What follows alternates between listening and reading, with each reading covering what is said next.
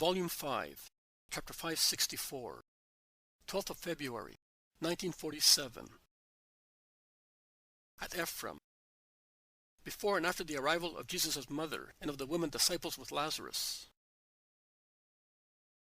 In Mary of Jacob's house they are already up, although it is hardly daybreak. I would say that it must be a Sabbath, because I see that the apostles also are present, whereas they are usually away evangelizing.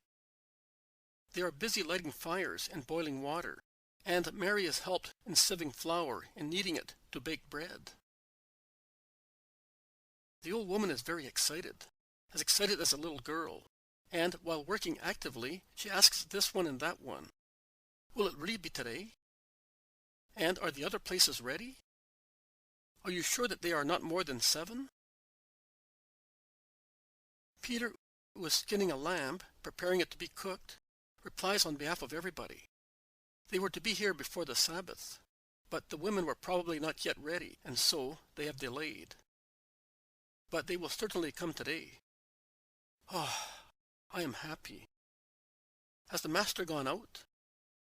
Perhaps he has gone to meet them. Yes, he went out with John and Samuel towards the road to central Samaria, replies Bartholomew, coming out with a pitcher of boiling water. Then we can be certain that they are arriving. He always knows everything, states Andrew. I would like to know why you are laughing like that. What is there to laugh at when my brother speaks? Asks Peter, who has noticed the sly laugh of Judas, who is idle in a corner. I am not laughing because of your brother. You are all happy, and I can be happy as well and laugh without any reason. Peter looks at him meaningly, but he resumes his work. Here it is. I managed to find a flowery branch. It is not the branch of an almond tree, as I wanted. But after the almond tree has bloomed, she has other branches, and she will be pleased with mine, says Thaddeus, who comes in dripping dew, as if he had been walking in woods, and carrying a bunch of flowery branches. A miracle of dewy whiteness that seems to brighten and decorate the kitchen. Oh, how beautiful. Where did you find them? At Naomi's. I knew that her orchard is late because of its northern position, and I went up there. That's why you look like a forest tree yourself. The dewdrops shine in your hair and have wet your garment. The path was as damp as if it had rained. It is already the plentiful dew of the most beautiful months. Thaddeus goes away with his flowers, and shortly afterwards he calls his brother to help him arrange them. I will come. I am an expert. Woman, have you an amphora with a thin neck, if possible of red clay? Says Thomas. I have what you want, and other vases as well. The ones I used on feast days, for the weddings of my sons, or some other important occasion. If you wait for me to put these cakes in the oven, only a moment, I will come and open the chest where the beautiful things are kept. They are only a few now, after so much misfortune. But I have kept some to remember and to suffer, because even if they are memories of happy days, they now make one shed tears because they remind one of what is finished. In that case, it would have been better if no one had asked them of you. I would not like what happened to us at Nob to occur again, here. So many preparations for nothing, says the Iscariot. I tell you that a group of disciples informed us. Do you think they had dreamt of it? They spoke to Lazarus. He sent them ahead on purpose. They came to tell us that his mother would be here before the Sabbath in Lazarus's wagon, with Lazarus and the women disciples. But they have not come. Since you have seen that man, tell me, does he not give you a fright? Asked the old woman, drying her hands in her apron, after entrusting her cakes to James of Zebedee and Andrew, would take them to the stone oven. A fright? Why? A man who comes back from the dead? She is utterly moved. Don't worry, Mother. He is exactly like us, says James of Alphaeus, comforting her. Rather than be afraid, you had better make sure that you do not chatter with other women about it. Otherwise, we shall have the whole of Ephraim here, bothering us, says the Iscariot peremptorily. I have never spoken imprudently since you came here, either with the people of the town or with pilgrims. I have preferred to be considered foolish rather than appear wise, in order not to disturb the Master and harm him. And I will be quiet today as well. Come, Thomas. And she goes out to show him her hidden treasures. The woman is frightened, thinking that she will be seeing a man who has been raised from the dead, says the Iscariot, laughing ironically. She is not the only one. The disciples told me that they were all excited at Nazareth, and also at Cana and Tiberias. One that comes back from the dead after being 4 days in a sepulchre is not as easily found as daisies in springtime. We were also very pale when he came out of the sepulchre. But instead of standing there making idle comments, could you not do some work? Everybody is working, and there is still much to be done. Go to the market, since you can do that today, and buy what is needed. What we bought is no longer sufficient, now that they are coming, and we had no time to go back to town and do some shopping. We would have been held up, where we were, by sunset. Judas calls Matthew, who comes into the kitchen dressed up, and they go out together. The zealot also comes into the kitchen. He is well dressed as well, and he says, "Our Thomas." He is really an artist. With very little, he has decorated the room as if it were for a wedding dinner. Go and see it. They all rush to see it, with the exception of Peter, who is finishing his work. Peter says, "I am dying to see them here. Perhaps Marjoram is with them. In a month's time, it will be Passover." He must have already left Capernaum or Bethsaida. I am happy for the Master's sake that Mary is coming. She will comfort him more than anybody else. And he needs it, the zealot replies to him.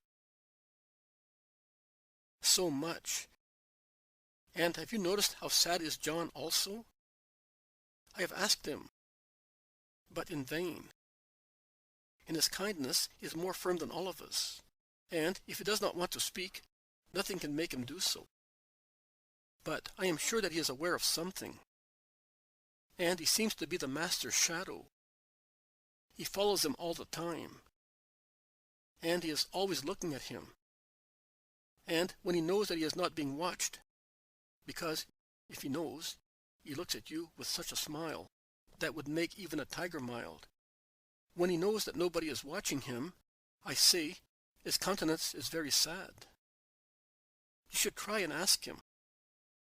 He is very fond of you, and he knows that you are more prudent than I am. Oh, certainly not. You have become an example of prudence for all of us. No one would recognize the old Simon in you. You are really the stone that, by its hard, sound compactness, supports us all. Not at all. Don't say that. I am a poor man. Certainly, by staying with him for so many years, one becomes a little like him. A little, very little, but quite different from what one was previously. We have all, no, not all of us, unfortunately. Judas is always the same, here as he was at the Clearwater. And may God grant that he may always be the same. What? What do you mean? Nothing and everything, Simon of Jonah. If the Master heard me, he would say, do not judge. But I am not judging. I am afraid. I am afraid that Judas is worse than he was at the Clearwater. He certainly is, even if he is as he was then. Because he should have changed very much. He should have grown in justice. Instead, he is always the same. So in his heart there is the sin of spiritual indolence, which was not there previously. Because at the beginning, yes, he was mad, but he was full of goodwill. Tell me, the fact that the Master has decided to send Samuel with us and to gather together all the disciples, all those that can be gathered at Jericho for the new moon of Nisan, what does it make you think? Previously, he had said that the man was to stay here, and he had also forbidden us to say where he was. It makes me suspicious. No. In my opinion, the situation is clear and logical. By now, we do not know by whom and how the news has been spread that the Master is here, and it is known all over Palestine. You know that the pilgrims and disciples have come here, from Kadesh to En-Gedi, from Joppa to Bozrah. So there is no sense in keeping it secret any longer. Further, Passover is approaching, and the Master certainly wants to have his disciples with him for his return to Jerusalem. You heard that the Sanhedrin says that he has been defeated and has lost all his disciples. And he will reply to it by entering the town at the head of them. I am afraid, Simon. Very much afraid. You have heard that everybody, also the Herodians, have joined together against him. Yes, it is true. May God help us. And why is he sending Samuel with us? Certainly to prepare him for his mission. I see no reason why we should worry. They are knocking. It's certainly the women disciples. Peter throws away his blood-stained apron and runs, following the zealot, who has rushed to the door of the house. All the others who are in the house appear at the various doors and shout, "Here they are! Here they are!" But when they open the door, they are so obviously disappointed in seeing Elisa and Nike that the two women disciples ask, "Is there anything wrong?" No. The fact is that we thought it was the mother and the women disciples from Galilee, says Peter. You have taken it badly. But we were very happy to see you and to hear that Mary is about to arrive, says Elisa. No, we have not taken it badly. We are disappointed. But come in. Peace be with our good sisters, says Thaddeus, greeting them on behalf of everybody. And to you. Is the Master not in? He has gone with John to meet Mary. We know that she is coming along the Checham road in Lazarus' wagon, explains the zealot. They go into the house while Andrew takes care of Elisa's donkey. Nike has come on foot. They speak of what is happening in Jerusalem. They inquire after friends and disciples, after Ananias, Mary and Martha, old John of Nob, Joseph, Nicodemus, and many more. The absence of Jews of Kerioth allows them to speak peacefully and openly. Elisa, an elderly, experienced woman, who at the time they were at Nob, has been in touch with the Iscariot and by now knows him very well, and also she only loves him out of love for God, as she says openly, asks whether he is in the house and does not want to join the others for some whim of his. And only after she learns that he is out, shopping, she speaks of what she knows. That everything seems to have calmed down at Jerusalem, that not even the well-known disciples are questioned anymore, that it is rumored that it happened because Pilate had spoken in a threatening voice to those of the Sanhedrin, reminding them that he is the only one who administers justice in Palestine, and therefore they should put an end to their nonsense. But they also say, remarks Nike, And it is Manaen who says this, and the other men with him, nay, other women, because Valeria is the other voice. That Pilate is really so tired of all the risings that continuously excite the country, and that may cause him trouble, and that he is also so struck by the insistence of the Jews in insinuating that Jesus is aiming at proclaiming himself king, that if he did not have the concordant favorable reports of the centurions, and above all, if he were not pressed by his wife, he would end up by punishing the Christ, if only by banishing him, in order not to be troubled any more. That would be the last straw. And he is capable of doing it. Quite capable. It is the lightest Roman punishment, and the most used after scourging. But can you imagine that? Jesus all alone, goodness knows where, and we scattered here and there, says the zealot. Of course. Scattered. That's what you say. But they will not scatter me. I will follow him, says Peter. Oh, Simon, can you flatter yourself that they would allow you to do that? They tie you up like a galley slave, and they take you wherever they want, even on a galley or to one of their prisons, and you would no longer be able to follow your master, says Bartholomew. Peter ruffles his hair, looking perplexed and downhearted. We shall tell Lazarus. Lazarus will go to Pilate frankly. Pilate will certainly see him with pleasure, because the Gentiles love to see extraordinary beings, says the zealot. He has probably been there before he left, and Pilate may no longer be anxious to see him, says Peter dejectedly. He will then go as Theophilus' son, or he will take his sister Mary to visit the ladies of rank. They were friends when Mary was a sinner. Do you know that Valeria, after her husband divorced her, has become a proselyte? She has been in earnest. She lives an honest life and is an example to many of us. She freed all her slaves, and she instructs them in the true God. She had gone to live in Zion, but now that Claudia has come, she has gone back to her. Then? No. She said to me, as soon as Joanna comes, I am going to stay with her. But now I want to convince Claudia. Claudia does not seem to be able to get over the limit of her opinion on Christ. According to her, he is a wise man. Nothing else.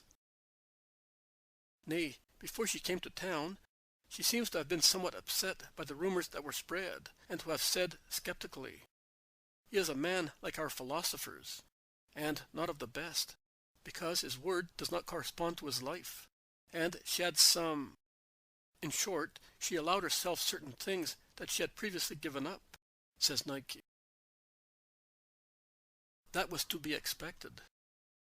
Heathen souls. There may be a good one. But the others. Corrupt. Corrupt, Bartholomew says sententiously. And what about Joseph? Asks Thaddeus. Who? The man from Sepphoris? He is terrified. Your brother Joseph came. He came and left at once, but he passed by Bethany to tell the sisters that at all costs they should keep the master from going to town and from remaining there. I was there, and I heard him. Likewise, I heard that Joseph of Sepphoris had a lot of trouble, and now he is much afraid. Your brother asked him to keep well informed of what is plotted in the temple. The man from Sepphoris can find out through that relative who is the husband either of the sister or of the daughter of his wife's sister, I do not know, and who is employed at the temple, says Elisa. How much fear! Now, when we go to Jerusalem, I want to send my brother to Annas. I could go myself, because I also know the sly fox well. But John is more capable. and Annas was very fond of him, when we listened to the words of the old fox, believing that he was a lamb. I will send John. He will be able to put up, even with abuse, without reacting.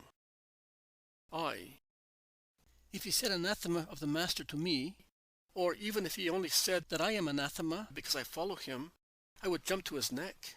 I would seize him and squeeze his old, stout body, as if it were a net out of which water is to be squeezed.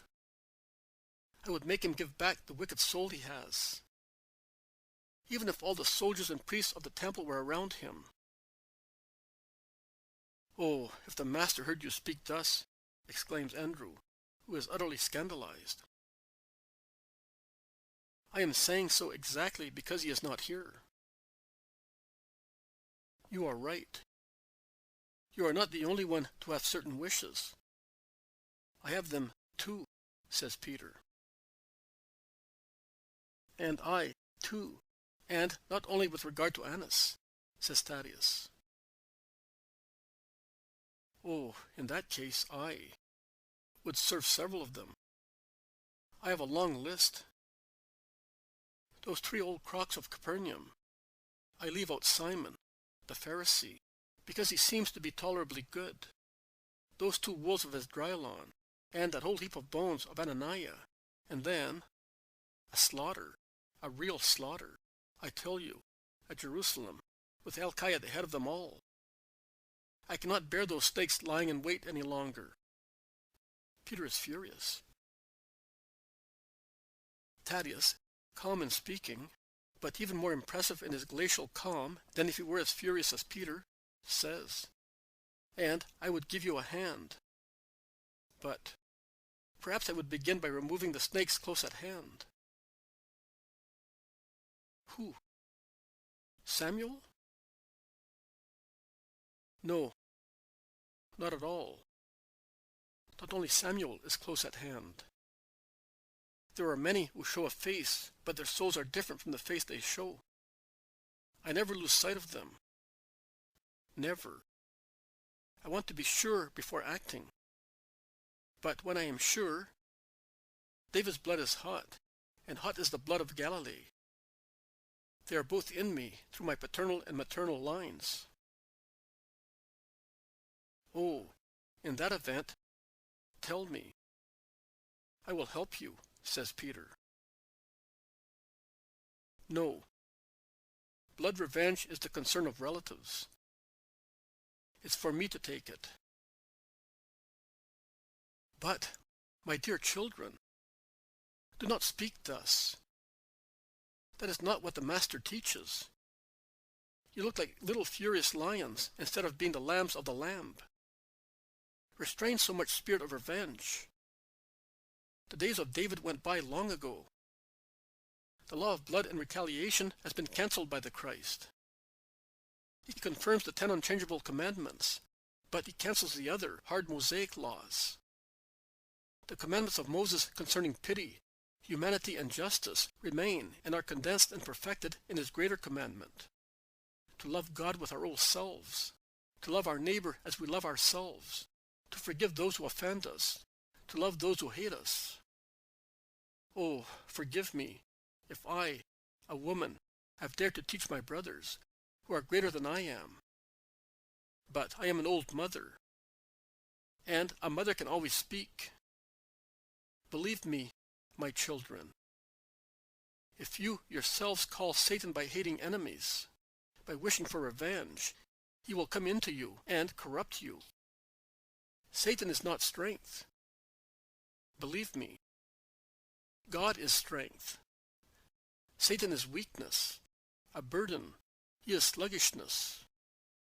You would not be able to move a finger anymore, not only against your enemies, but not even to caress our distressed Jesus, if hatred and revenge should enchain you. Cheer up, my dear children, all of you. Also, those who are as old as I am, perhaps older. You are all sons for a woman who loves you, for a mother who has found once again the joy of being a mother by loving you as her children.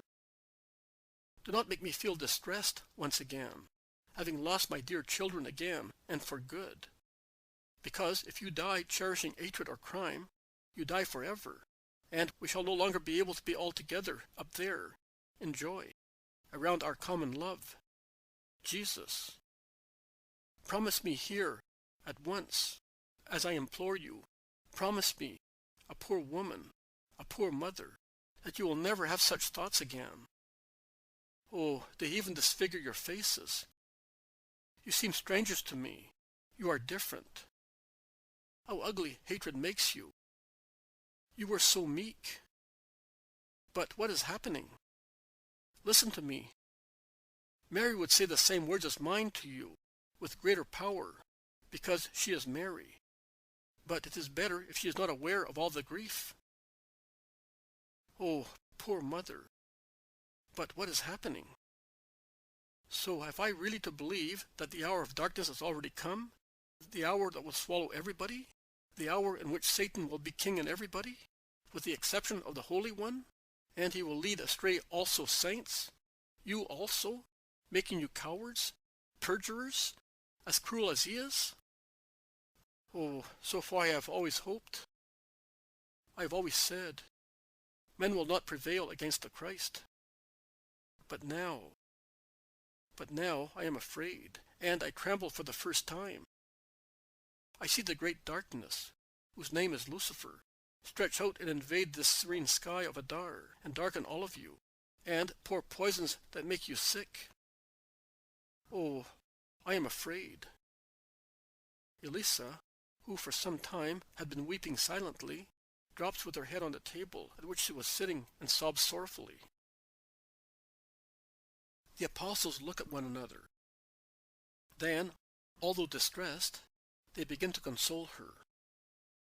But she does not want consolations, and she says so. One, only one is good for me. Your promise. For your own good. So that Jesus may not have the greatest of his sorrows. To see you, his beloved disciples, damned. Of course, Elisa, if that is what you want. Do not weep, woman. We promise you. Listen. We will not lift a finger against anybody. We shall not even look, so that we may not see. Don't weep. Don't weep. We will forgive those who offend us. We will love those who hate us. Don't weep. Elisa raises her face, shining with tears, and says, Remember, you have promised it. Repeat your promise. We promise you it, woman. How dear you are, my children. Now I do like you. I see that you are good again. Now that my worry is appeased, and that you are once again free from that bitter ferment, let us get ready to receive Mary. What is there to be done? She asks, and she finishes wiping her tears. Actually, we have prepared, as men can do. But Mary of Jacob helped us. She is a Samaritan, but she is very good. You will soon see her. She is out at the stone oven, watching the bread. She is alone. Her children are either dead or have forgotten her. Her riches have vanished, and yet she bears no ill will. Ah, see? Can you see that there is who knows how to forgive also among heathens and Samaritans? And it must be dreadful, you know, to have to forgive a son. Better dead than a sinner. Ah, are you sure that Judas is not here? If he has not become a bird, he cannot be here, because the windows are open, but all the doors are closed, except this one. Then, Mary of Simon has been to Jerusalem with her relative. She came to offer sacrifices at the temple. Then she came to us. She seems a martyr. How depressed she is. She asked me and everybody whether we had any news of her son, whether he was with the Master, whether he has always been with him. What is the matter with that woman? asks Andrew, quite astonished. Her son. Do you not think that it is enough? Asks Thaddeus. I comforted her. She wanted to go back to the temple with us. We all went there together to pray. Then she left, always with her worry. I said to her, if you stay with us, we shall be going to the Master shortly. Your son is there. She already knew that Jesus is here. It has been known as far as the borders of Palestine. But she said, no, no. The Master told me not to be in Jerusalem in spring.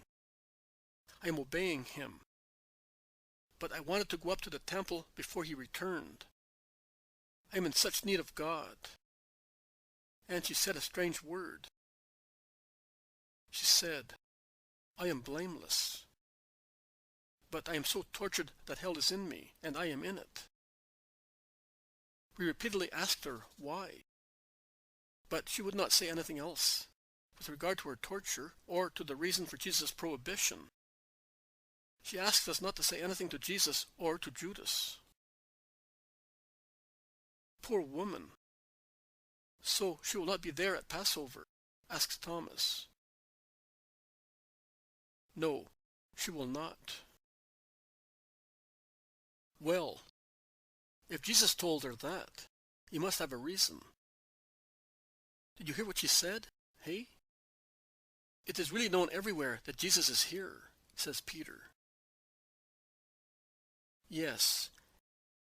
And some people said that those who were spreading the news were doing so to gather men in his name, to rise against the tyrants. Others said that he is here because he realizes that he has been unmasked. Always the same reasons.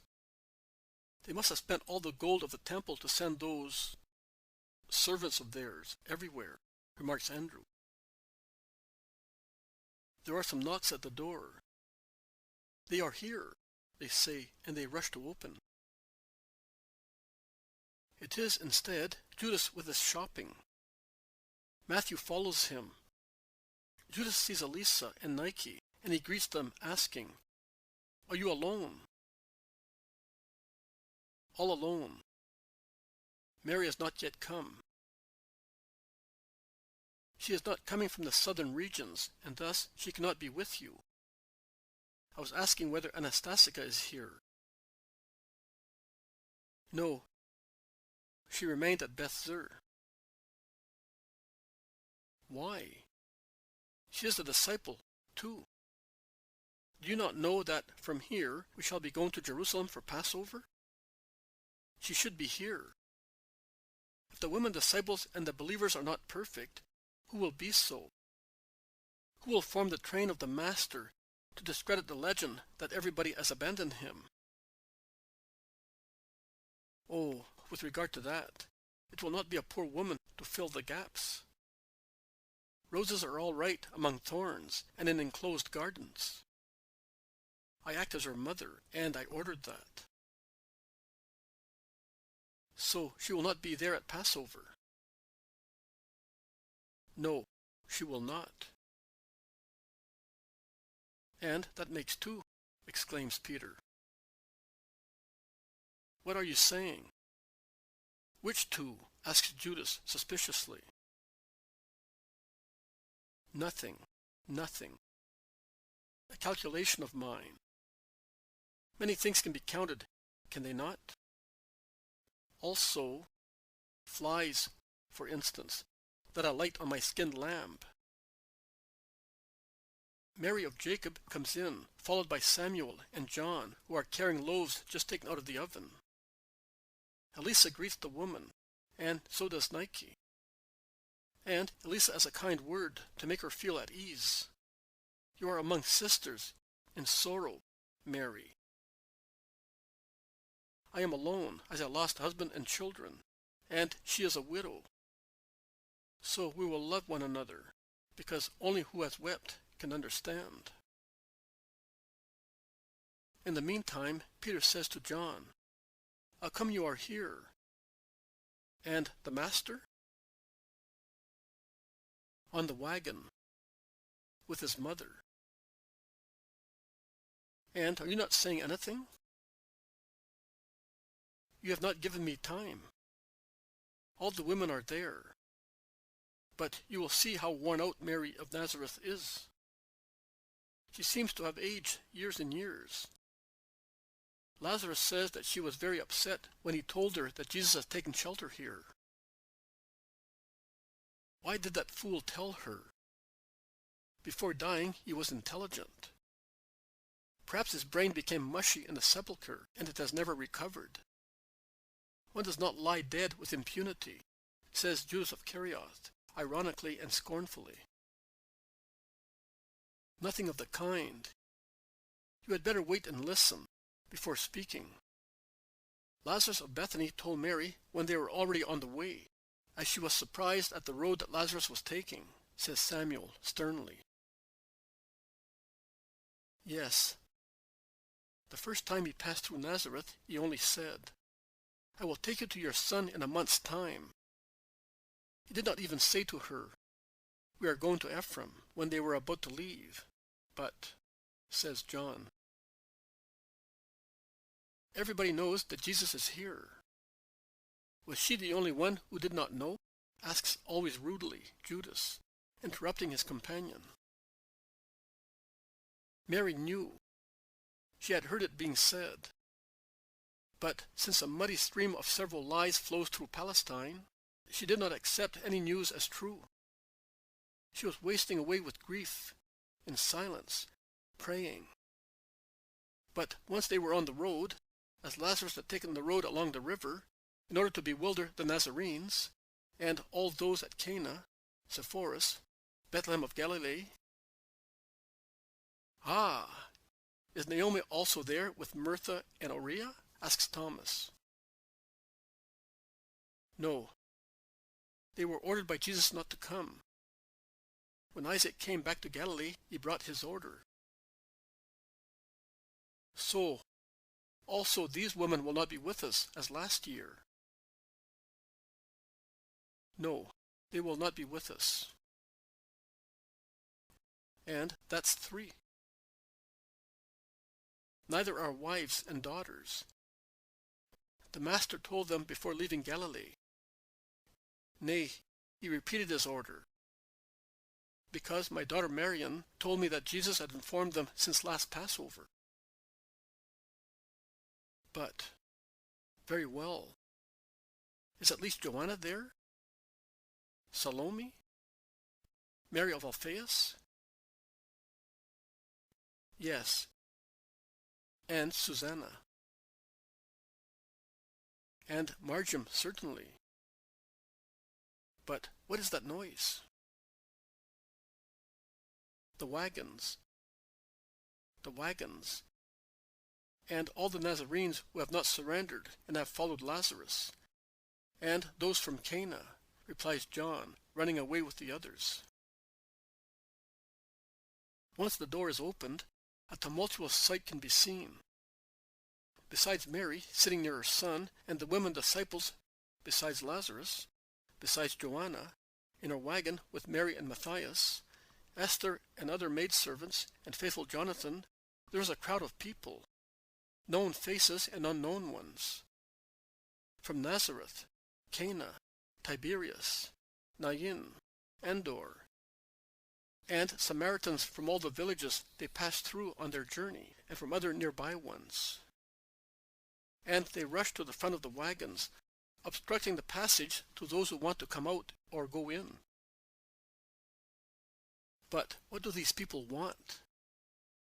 Why have they come? How did they know?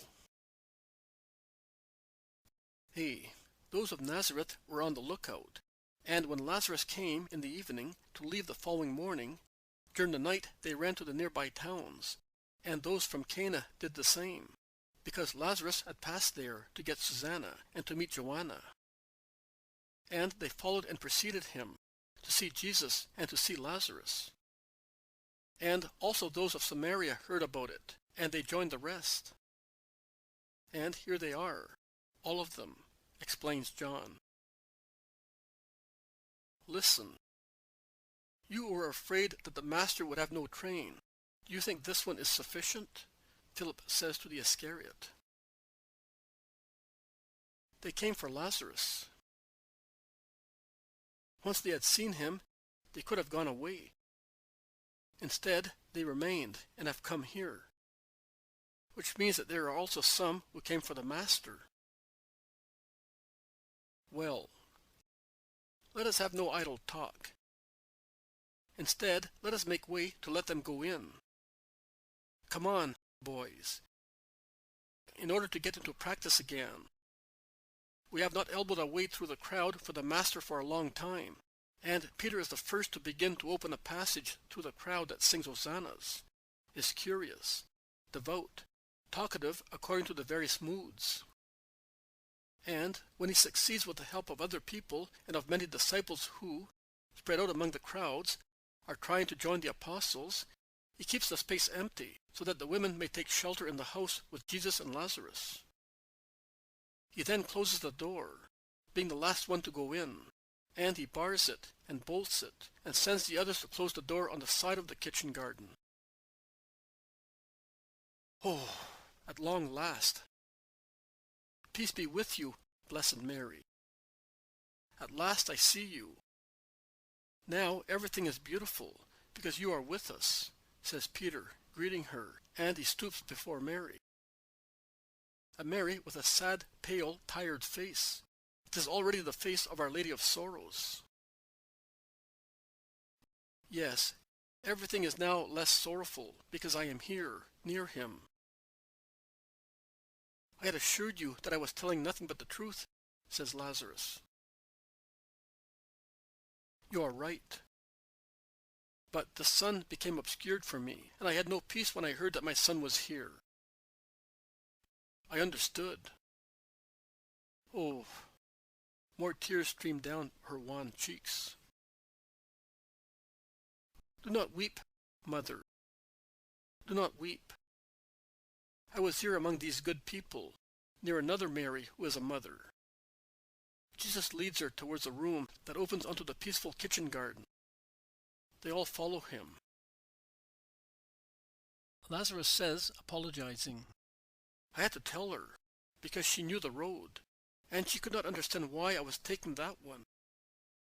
She thought that he was with me at Bethany. And at Shechem, also a man shouted, We are going to Ephraim, too, to the Master. It was impossible for me to find an excuse. I was also hoping to outdistance those people by setting off at night along strange routes. Nothing doing. They were on the alert everywhere, and while one group followed me, another went around spreading the news. Mary of Jacob brings some milk, butter, and new bread, and offers them to Mary first. She looks Lazarus up and down stealthily, half curious, half frightened, and her hand jerks when, offering Lazarus some milk, she touches his hand lightly, and she cannot help exclaiming, "Oh," when she sees him eat his cake like everybody else. Lazarus is the first to laugh, and he says it in an affable, gentlemanly manner, with the confidence of all men of his birth. Yes, woman, I eat just like you, and I like your bread and your milk. And I am sure I shall like your bed, because I feel tired exactly as I feel hungry. He turns round, saying, There are many who touch me with some excuse to feel whether I am flesh and bones, whether I am warm and I breathe. It is a bit of a nuisance. And when my mission is over, I will retire to Bethany. If I were near you, Master, I would stir up too many distractions. I have shone. I have borne witness to your power as far as Syria. I shall now disappear. You alone must shine in the sky of miracles, in the sky of God, and in the eyes of man. Mary, in the meantime, says to the old woman, You have been good to my son. He told me how good you have been. Let me kiss you to tell you how grateful I am to you. I have nothing to give you as a reward except my love. I am poor, too, and I also can say that I no longer have a son, because he belongs to God and to his mission. And may it always be so, because holy and just is what God wants. Mary is kind, but she is already heartbroken. All the apostles look at her compassionately, to the extent of forgetting those who are rioting outside, and of inquiring after their faraway relatives. But Jesus says, "I will go up to the terrace to dismiss and bless the people."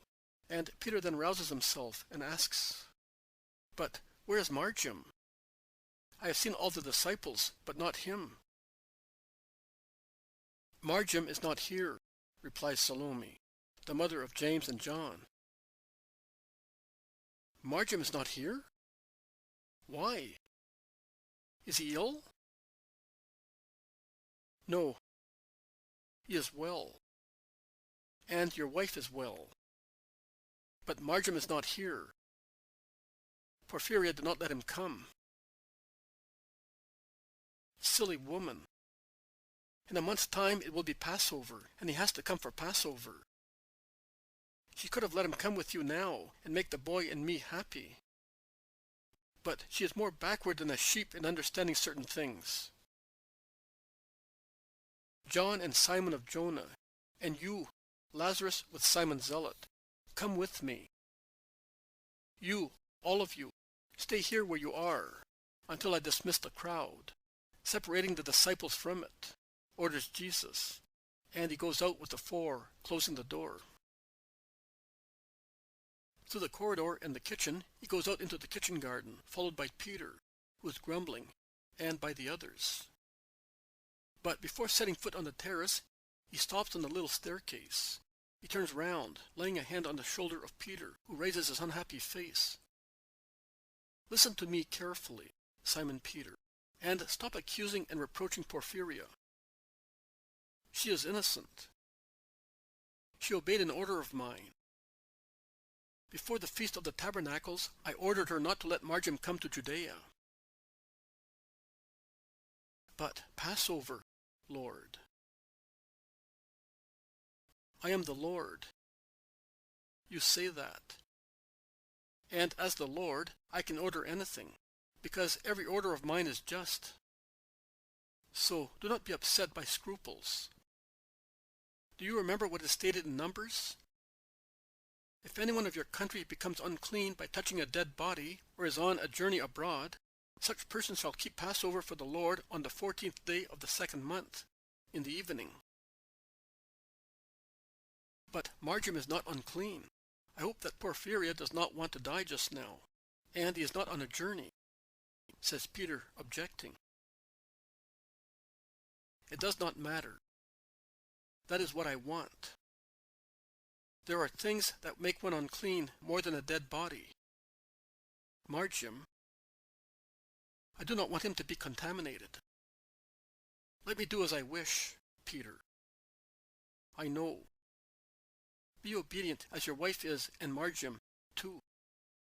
We shall keep the second Passover with them, on the 14th day of the 2nd month. And we shall be so happy then. It's a promise." Peter makes a gesture as if to say, "Let us resign ourselves," but he makes no objection. The zealot remarks, "It is a lot if you do not continue your calculation of how many will not be in town at Passover." I do not feel like counting any more. All this gives me a strange sensation, an icy feeling. Can the others be told? No. I took you aside deliberately. Then, I also have something to tell Lazarus in particular. Tell me. If I can, I will reply to you, says Lazarus. Oh, even if you do not reply, it does not matter. It is enough for me if you go to Pilate. The idea is of your friend Simon.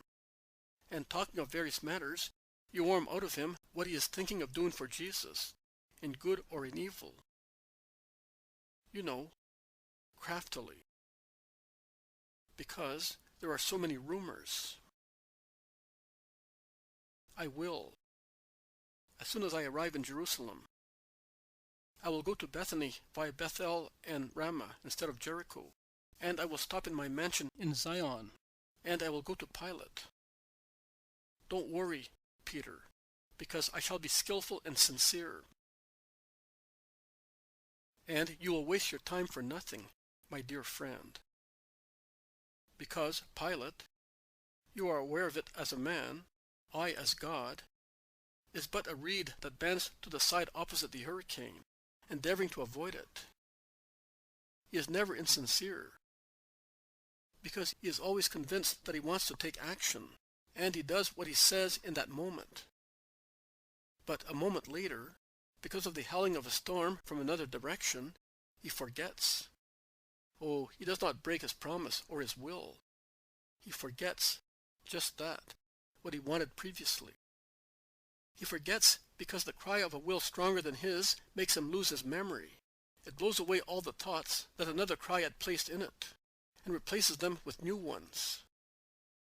And then, above all the storms that with numberless voices, from that of his wife who threatens to separate if he does not do what she wants, and once he is separated from her, that is the end of all the strength, of his protection with divine Caesar, as they say, although they are convinced that this Caesar is more abject than they are. But they can see the idea in the man. Nay, the idea annihilates the man representing it, and one cannot say that the idea is unclean. Every citizen loves, and it is fair that he should love his fatherland, and should want it to triumph. Caesar is the fatherland. So, also a miserable man is great because of what he represents. But I did not want to speak of Caesar, but of Pilate. So I was saying that above all the voices, from that of his wife to those of the crowds, there is the voice, oh, what a voice, of his ego, of the small ego of the small man, of the greedy ego of the greedy man, of the proud ego of the proud man. That smallness, that greed, that pride want to reign to be great. They want to reign to have superabundance of money. They want to reign to be able to rule over a multitude of subjects, stooping to pay homage to them. Hatred is smoldering underneath, but the little Caesar named Pilate, our little Caesar, does not see it. He can only see the backs bent, feigning homage and fear before him, or really feeling both. And because of the stormy voice of his ego, he is prepared to do anything. I say anything, provided he may continue to be Pontius Pilate, the proconsul, the servant of Caesar, the ruler of one of the many regions of the empire. And because of all that, even if now he is my defender, tomorrow he will be my judge, and inexorable. The thought of man is always uncertain, most uncertain when that man's name is Pontius Pilate. But, Lazarus, you may satisfy Peter, if that is to console him. Not to console me, but to calm me a little. Then please our good Peter, and go to Pilate. I will go, Master. But you have described the proconsul as no historian or philosopher could have done. A perfect portrait.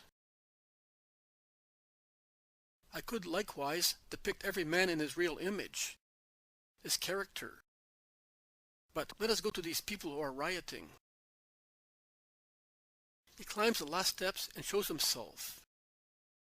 He raises his arms and says in a loud voice, "Men of Galilee and of Samaria, disciples and followers, your love, your wishes to honor me and my mother and my friend by escorting their wagon, tell me what your thoughts are. I can but bless you for such thoughts. But go back to your homes, to your business, now. You from Galilee, go and tell those who remain there that Jesus of Nazareth blesses them. Men of Galilee, we shall meet again in Jerusalem at Passover, and I will enter the town the day after the Sabbath, before Passover.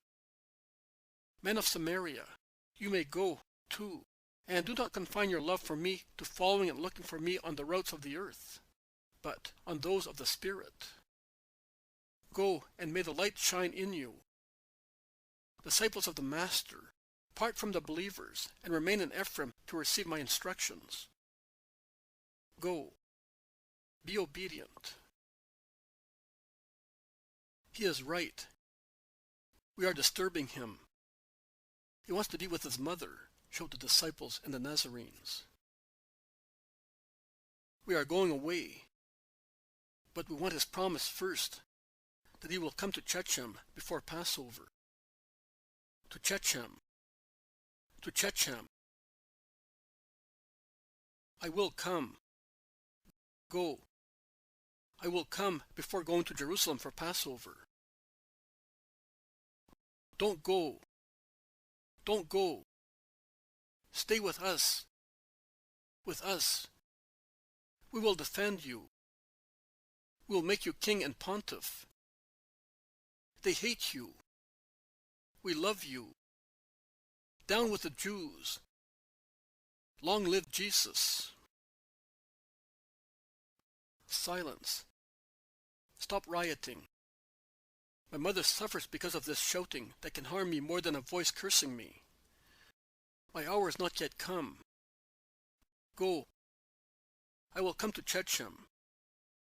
But remove from your hearts the thought that I, for base human cowardice and a sacrilegious rebellion against the will of my father, may not fulfill my duty as an Israelite, worshipping the true God in the only temple in which he can be worshipped, and as Messiah, by being crowned anywhere but in Jerusalem, where I shall be anointed universal king, according to the words and the truth foreseen by the great prophets. Down. There is no other prophet but Moses. You are a daydreamer. And you, too. Are you perhaps free? No, you are not. What is the name of Shechem? Its new name. And what happened to Shechem happened also to many other towns in Samaria, Judea, and Galilee, because the Roman mangonel has leveled us all alike. Is its name Shechem? No. Its name is Neapolis, as Beth Shean is named Scythopolis, and many other towns that, either by will of the Romans or by the will of adulating vassals, have taken the names imposed by domination or by adulation. And you, as individuals, are you going to be worth more than a town? More than our rulers? More than God? No. Nothing can change what is destined for the salvation of everybody.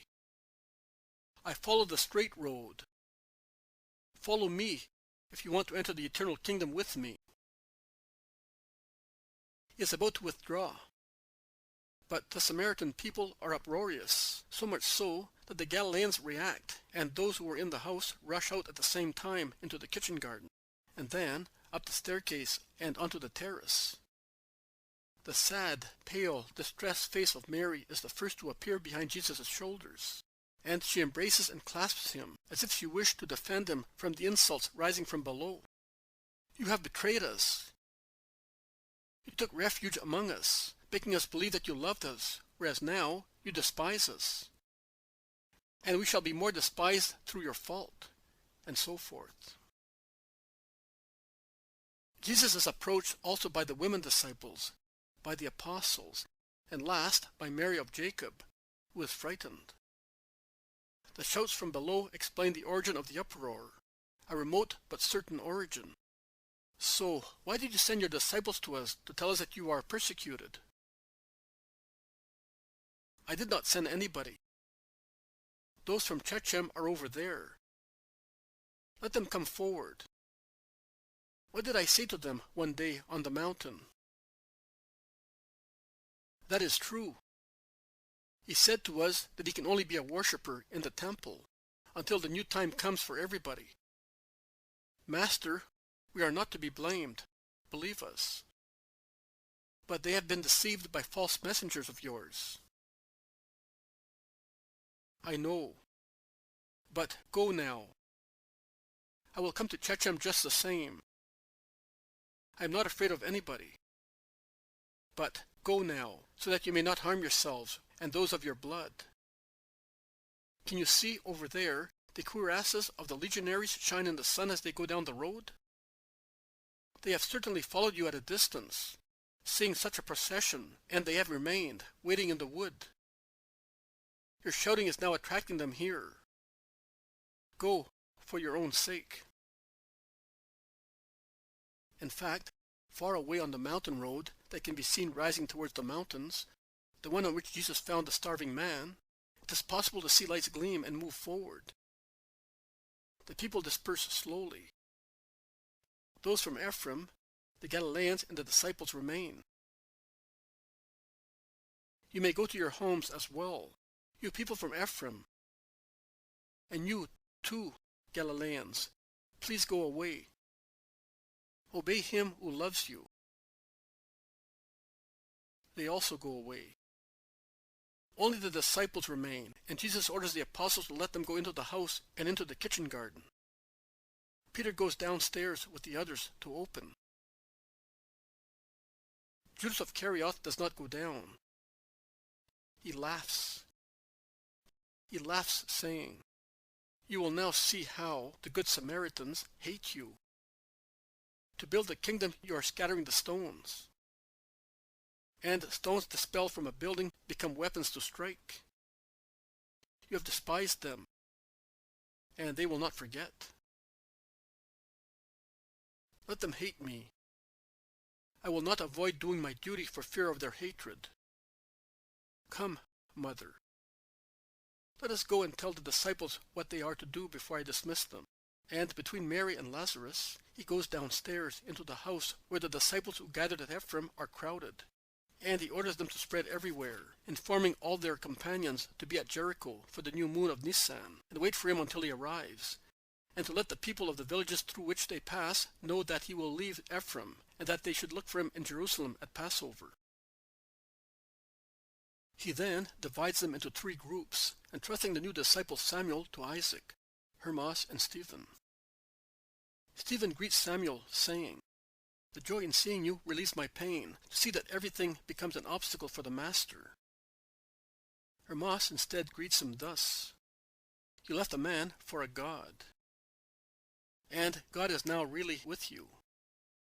Isaac, humble and bashful, only says, "Peace be with you, brother." After handing out bread and milk that the people from Ephraim kindly think of offering, also the disciples depart, and at last there is peace. But while the lamb is being prepared, Jesus has still something to do. He approaches Lazarus and says to him, "Come with me along the torrent." Lazarus obeys promptly as usual. They move away from the house about 200 meters. Lazarus is silent, waiting for Jesus to speak. And Jesus says, "I wanted to tell you this. My mother is very depressed, as you can see. Send your sisters here. I will really go towards Shechem with all the apostles and women disciples. But then I will send them on to Bethany, while I will stay for some time in Jericho. I can still dare to keep some women here in Samaria, but not anywhere else." "Master, you really fear. Oh, if so, why did you raise me from the dead?" "To have a friend."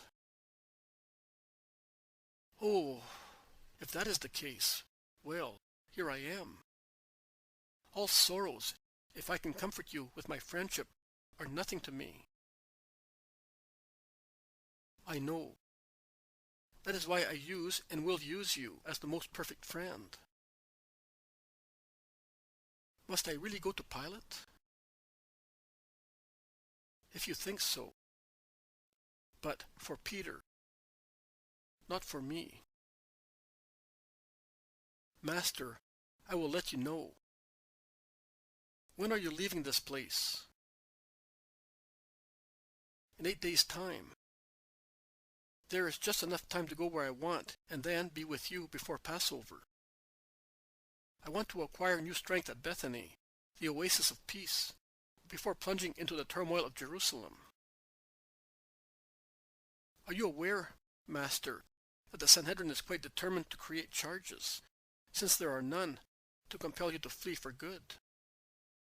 I learned that from John, the member of the Sanhedrin, when I met him by chance at Ptolemais, and he was very happy because of the son about to be born to him.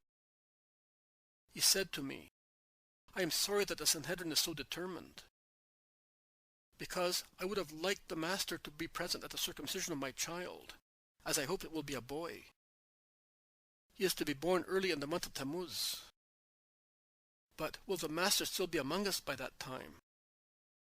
And I would like, because I would like little Emmanuel, and that name will tell you what I think, to be blessed by him at his first appearance in the world. Because my son, lucky fellow, will not have to struggle to believe, as we had to. He will be brought up in the Messianic times, and it will be easy for him to accept the idea. John has arrived at believing that you are the promised one.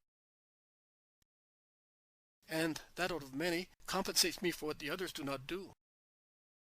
Lazarus, let us say goodbye here, in peace. And thank you for everything, my dear friend. You are a true friend. With 10 friends like you, it would have been pleasant to live among so much hatred. Now you have your mother, my lord. She is worth 10, 100 Lazarus. But remember that whatever you may need, if it is at all possible, I will get it for you. Give me your orders, and I will be your servant in everything. I may not be wise or holy, like other people who love you, but if you exclude John, you will not be able to find another one more faithful than I am. I do not think that I am being proud saying this. And now that we have spoken of you, I will tell you about Syntyche. I saw her. She is as active and wise as only a Greek woman who has been able to become your follower can be. She suffers to be so far away. But she says that she enjoys preparing your way. She hopes to see you before she dies. She will certainly see me. I do not disappoint the hopes of the just. She has a little school attended by many girls of all places. But in the evening, she keeps some poor little girls of mixed race, and thus of no religion. And she instructs them in your doctrine. I asked her, "Why do you not become a proselyte? It would be of great help to you." She replied, "Because I do not want to devote myself to those of Israel, but to the empty altars awaiting a God. I prepare them to receive my Lord. Then, once his kingdom is established, I will return to my fatherland, and under the sky of Hellas, I will spend my life preparing hearts for the masters. That is my dream. But if I should die before, of a disease or in a persecution, I shall go away equally happy, because it means that I have fulfilled my work, and that he calls to himself the servant who has loved him since the first time she met him." It is true. Syntyche has really loved me since our first meeting. I did not want to tell her how distressed you are.